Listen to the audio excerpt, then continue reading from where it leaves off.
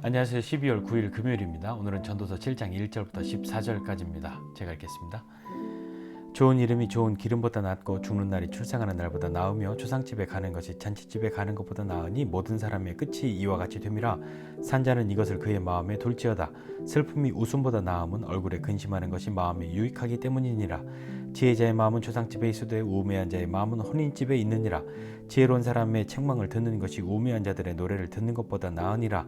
우매한 자들의 웃음소리는 손 밑에서 가시나무가 타는 소리 같으니 이것도 헛되니라. 탐욕이 지혜자를 우매하게 하고 뇌물이 사람의 마음을 망하게 하는 사람의 명철을 망하게 하느니라. 일의 끝이 시작보다 낫고 참는 마음이 교만한 마음보다 나으니 급한 마음으로 노를 바라지 말라. 노는 우매한 자들의 품에 머무름이니라. 옛날이 오늘보다 나은 것이 어찌미냐 하지 말라. 이렇게 묻는 것은 지혜가 아니니라. 지혜는 유산같이 아름답고 햇빛을 보는 자에게 유익이 있도다.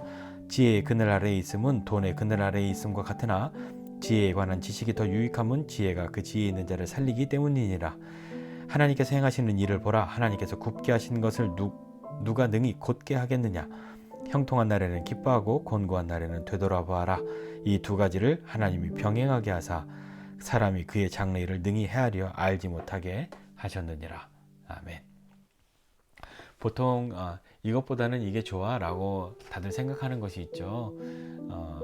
죽는 것보다 태어나는 것, 사는 것이 낫고, 그리고 슬픔보다는 웃음이 낫고, 그렇게 다 긍정하고 수긍해 줄 수 있지 않습니까? 다 그걸 더 좋게 생각해 주는 것 오케이 해줄 수 있는데요. 오늘 전도자는요 조금 다른 이야기를 합니다. 전도자는 이렇게 이야기하잖아요.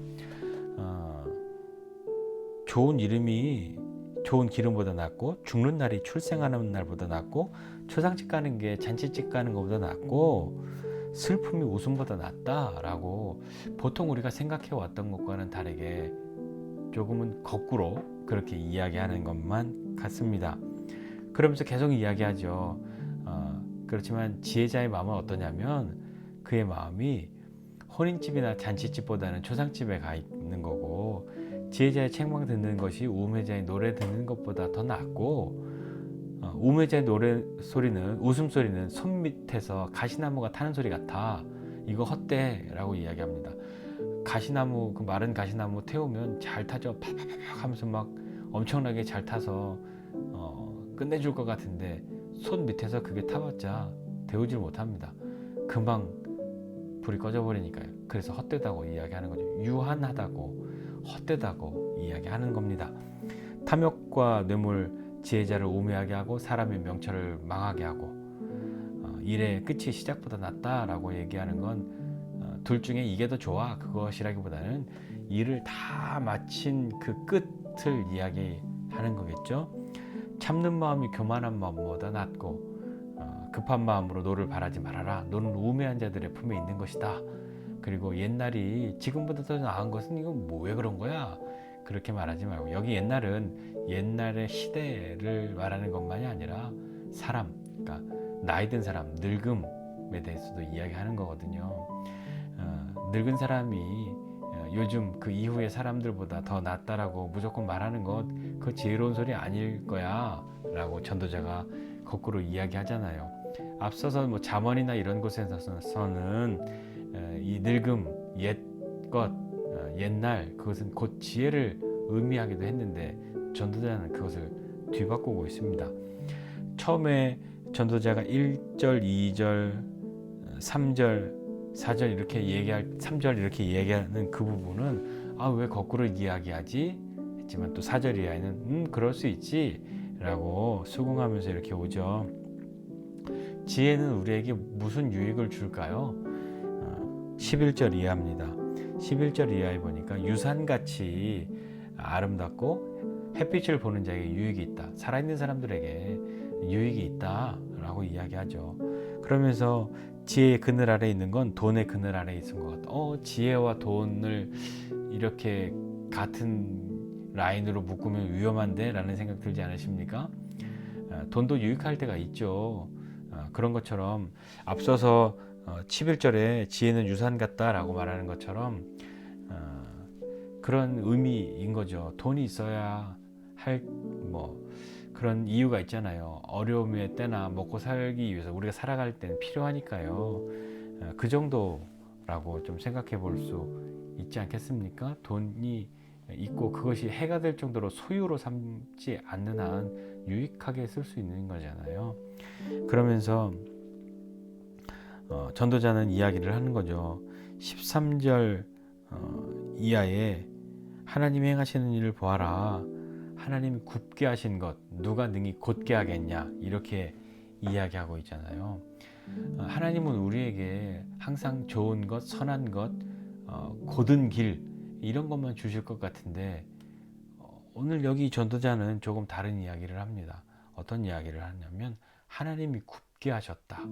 하나님이 이렇게 구불구불하게 만들어 놓으셨는데 누가 능히 곧게 펴겠냐 라고 이야기하는 거죠.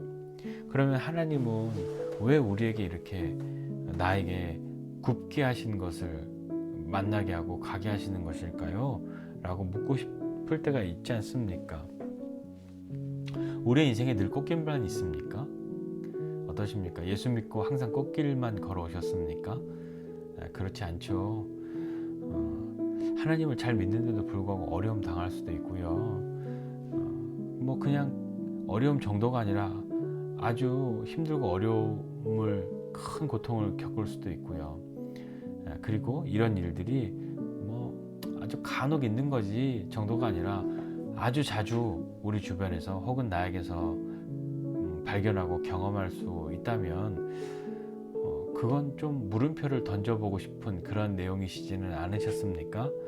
근데 오늘 여기 전도자의 말을 기억하면서 이 말씀 속에서 우리가 생각해 보아야 할 것이 하나 있는데, 하나님은 곧게 하시는 분이시기도 하시지만 굽게 하시기도 하는 분이시다. 그것을 우리가 오늘 기억해 보아야 할 겁니다. 우리의 기대는 하나님이 굽어진 것을 바로 펴시도록 하는 것인데, 그렇게 펴주셔야만 하는 것인데, 하나님은 절대 똑바른 것들만 우리에게 허락해 주실 것만 같은데 오히려 굽어진 것, 그것을 우리에게 주신다. 굽게 하신 것도 있다 하는 이야기죠. 앞서서 전도자가 보통 사람들이 다 이게 더 좋아 라고 선택하는 것에 반대로, 아니야, 사는 것, 태어나는 날보다 죽는 날이 더 좋고 슬픔이 웃음보다 나아, 초상집이 잔치집보다 더 나아 라고 이야기하는 그런 것처럼 뭔가를 뒤집는 것 같습니다. 하나님에 대해서도요, 그분 굽게 하시기도 하셔 라고 이야기하고 있잖아요. 하나님은 굽게 하시죠. 힘들고 어렵게 하시는 것도 있습니다. 우리가 하나님 왜 이렇게 나를 어렵게 하시냐고, 왜 나를 이렇게 미워하시냐고 그렇게 말하고 싶을 만큼 굽게 하시는 것, 그렇게 굽은 곳으로 가게 하시는 그런 때를 경험하지 않습니까? 그러면서 이야기하죠. 형통한 날에는 기뻐하고 곤고한 날에는 되돌아보아라, 이렇게 이야기합니다. 하나님은 우리에게 형통한 날도 주시고 반대로 곤고한 날도 주시는 분이시라는 거죠. 우리에게 곧은 길을 주시기도 하시지만 굽게 하시기도 하시는 그분이 형통한 날도 주시고 곤고한 날도 주신단 말입니다. 하나님은 우리에게 늘 좋은 것만 주실 것 같은데 하나님 왜 형통한 날만 주셔야 하는데 곤고한 날도 주십니까? 그러면서 이렇게 이야기하는 거죠. 형통한 날에는 기뻐하고 곤고한 날에는 되돌아보아라. 우리는 하나님의 뜻을 다 알고 그렇기 때문에 하나님의 뜻을 따르지는 못합니다.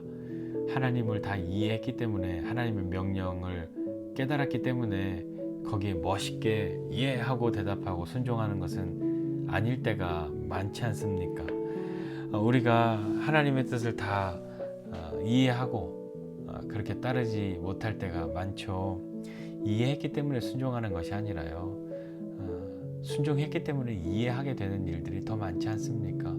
우리는 그것을 더 많이 경험하고 있지 않으셨습니까? 곤고한 날에는 되돌아보아야 합니다. 물론 형통한 날에는 누구든지 기뻐할 수 있죠. 얼마나 좋겠습니까?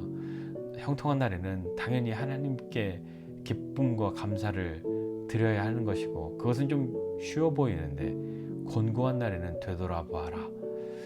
뭘 되돌아볼까요? 곤고한 날에는 되돌아보아서 뭘 해야 할까요? 하나님으로부터 멀어진 것들, 그것을 다시 되돌아서 하나님께로 가까이 나아가야 하는 때가 되어야 하지 않겠습니까? 곤고한 날에는 기쁨도 없잖아요. 뭐 할 수 있는 게 없잖아요. 하고 싶은 마음도 없잖아요. 그럴 땐 되돌아보아야 하는데, 그건 우리가 해야 하는 일이란 말입니다. 곤고한 날은 되돌아보아야 하는 것이죠. 형통의 날만 주시지 않은 것은 곤고한 날이 있어야 형통의 그날에 더 기쁘고 감사할 수 있을 것이고, 곤고한 날에는 되돌아보아야 합니다. 곤고한 날에는 하나님을 바라볼 수 있는 사람이 되어야 하는 것이죠. 곤고한 날은 다시 한번 용기를 내어서 하나님께 되돌아가야 하는 그런 날 아니겠습니까? 하나님이 우리에게 형통한 날과 곤고한 날을 주셨다. 그분이 곧은 길뿐만 아니라 굽게 하시기도 하셨다라고 하는 것. 왜 하나님은 좋은 것만 안 주시고 우리가 생각할 때 좋은 것만 주시지 않고 그렇게 좋지 않은 것을 주시는 걸까요? 왜 전도자는 우리가 좋다라고 생각하는 것보다 덜 좋아라고 하는 것을 더 좋다고 그렇게 뒤집어서 이야기하는 것만 같은 그런 말을 하고 있을까요? 여러분 지금 어떠십니까? 형통한 날을 살고 계십니까? 아니면 곤고한 날을 살고 계십니까? 라고 묻는다면, 제가 생각할 때 우리 교회 지체 대부분은 나는 곤고한 날을 살고 있습니다 라고 답하실 분이 더 많습니다. 그리고 잘 모르겠습니다 하실 분이 또한 그만큼 될 거고요. 아주 형통한 날을 살고 있어요 라고 그렇게 대답하실 것만 같은 분이 번쩍 생각나지는 않습니다. 미안합니다. 어떠십니까? 형통한 날이십니까? 곤고한 날이십니까? 형통한 날이라면 기뻐하고 감사하고, 곤고한 날이라면 다시 한번 우리의 마음을 새롭게 해서 하나님께로 되돌아가는 그런 날로 삼아야 하지 않겠습니까?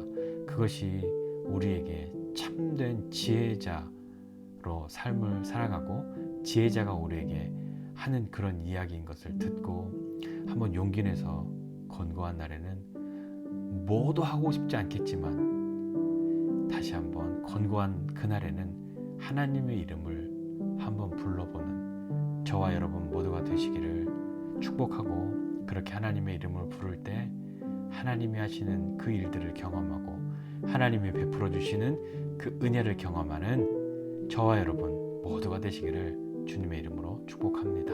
기도하겠습니다. 하나님 아버지, 은혜와 사랑을 감사드립니다.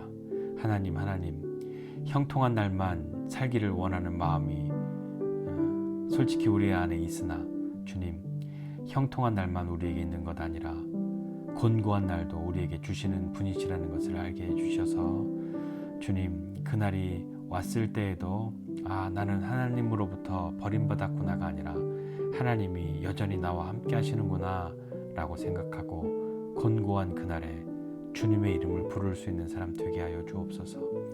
하나님, 그래서 오늘 전도자가 말하고 있는 우리의 생각과 이게 더 낫지 않아 라고 하는 것과 다른, 그것을 더 낫다고 말하는 그 마음이 무엇인지도 한번 헤아려 보고 우리의 삶도 되돌아보는 믿음의 사람 되기를 원합니다. 하나님, 오늘 우리의 삶이 참으로 하나님 가까이에 다시 한 걸음을 옮겨놓는 시간이 될 수 있도록 은혜 베풀어 주십시오. 형통한 날만을 바라보고 형통함을 주셔야만 하나님이라고 그렇게 말하는 것이 아니라, 때로 형통하지 않은 그날, 굽게 하신 그때를 가게 할지라도, 그리고 곤고한 날을 우리에게 주실지라도 여전히 하나님 우리를 사랑하시고 우리와 함께 하셔서 우리를 새롭게 하시고 하나님의 자녀로 이 땅을 살아갈 수 있도록, 하나님의 마음을 더욱 알 수 있도록, 하나님의 뜻을 따름으로 하나님의 마음을 깨달아 아는 사람 되도록 붙들어 주실 것을 신뢰하고 믿음으로 나아갑니다. 하나님, 오늘 우리에게 힘을 주십시오. 예수님의 이름으로 기도드립니다.